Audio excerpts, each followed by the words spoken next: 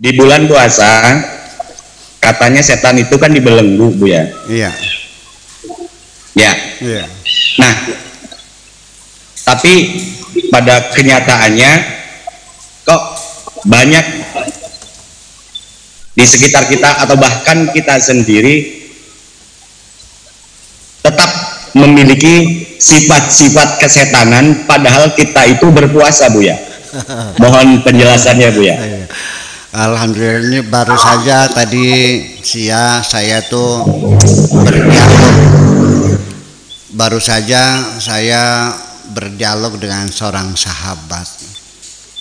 Saya mengatakan, kok bisa terjadi? Ini kan bulan puasa gitu.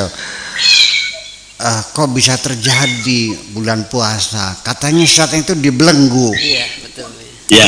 Lalu jawaban dia, ya itu setan dibelenggu, dianya kesetanan. Jadi persis seperti itu. Seperti itu. Jadi artinya setan dibelenggu itu kan masih bisa nyembur. Masih bisa menjerit kan. Itu. Jadi artinya bahwa bikin aja lah kita dengan bahasa itu, bahasa guyon tadi. yang seharusnya begini, setan dibelenggu itu sebagai simbol bahwa setan yang ada pada diri kita yang disebut korin itu juga dalam bulan puasa,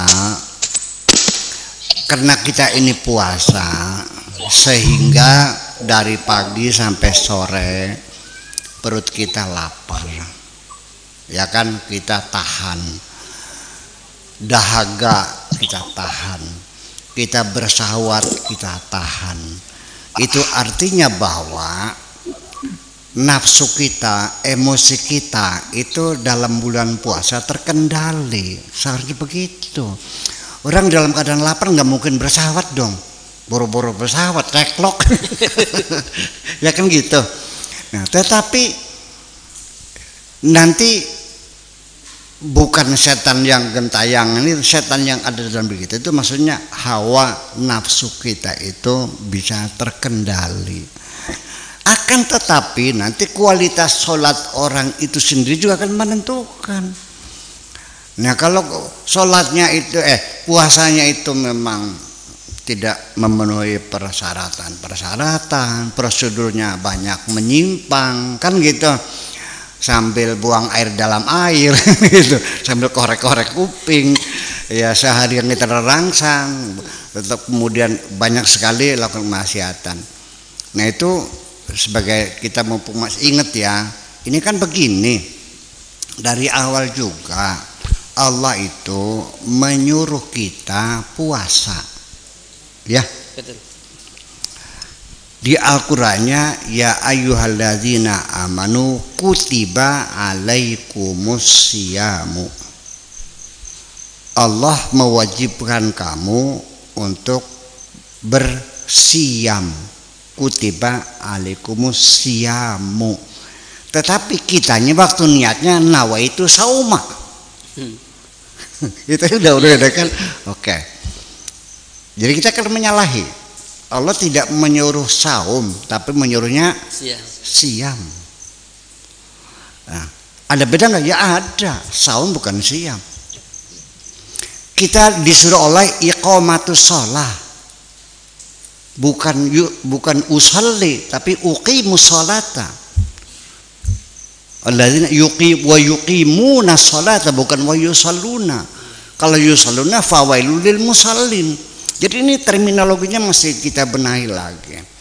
Kemudian para fuqaha dari 1200 tahun yang lalu itu mendefinisikan itu al-imsak minal muftirat min tulu'il fajri ila ghurubis syams.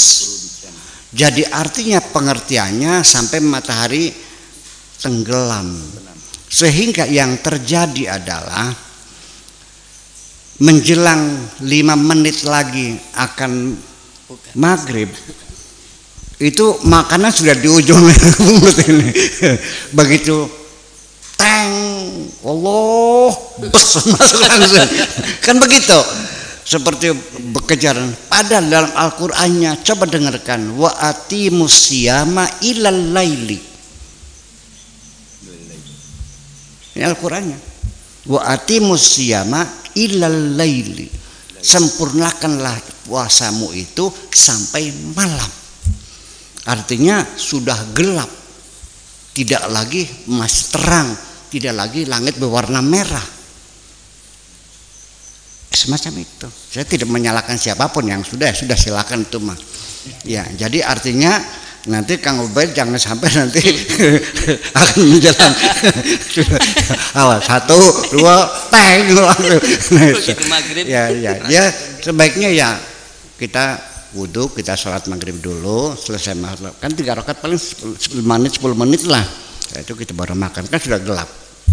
Saya kira mungkin itu salah satu saja contohnya. Ya, di samping juga nanti al-muftirat itu bukan hanya makanan minuman, tapi omongan juga. Puasa tapi rasan terus gimana? Jelek-jelekin orang, mitnah orang bulan puasa, sama aja bohong jadi nyitma. Saya kira mungkin yang dipesankan satu, memang setan masih bisa menggoda kita. Yang ada terbelang itu hawa nafsu kita. Ya kan seperti itu. Dan kemudian yang kedua, jangan-jangan sebabnya karena puasa kita tidak berkualitas. Mungkin kita jangan menyalahkan orang, kita akan kita sini aja. Ya, seperti inna sholata tanha anil fahsya wal munkar.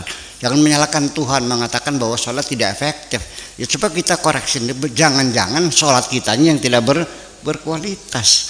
Puasa juga bisa mendelikung setan, tapi ternyata bisa menggoda juga. Jangan-jangan puasa kita yang tidak berkualitas. Begitulah kira-kira.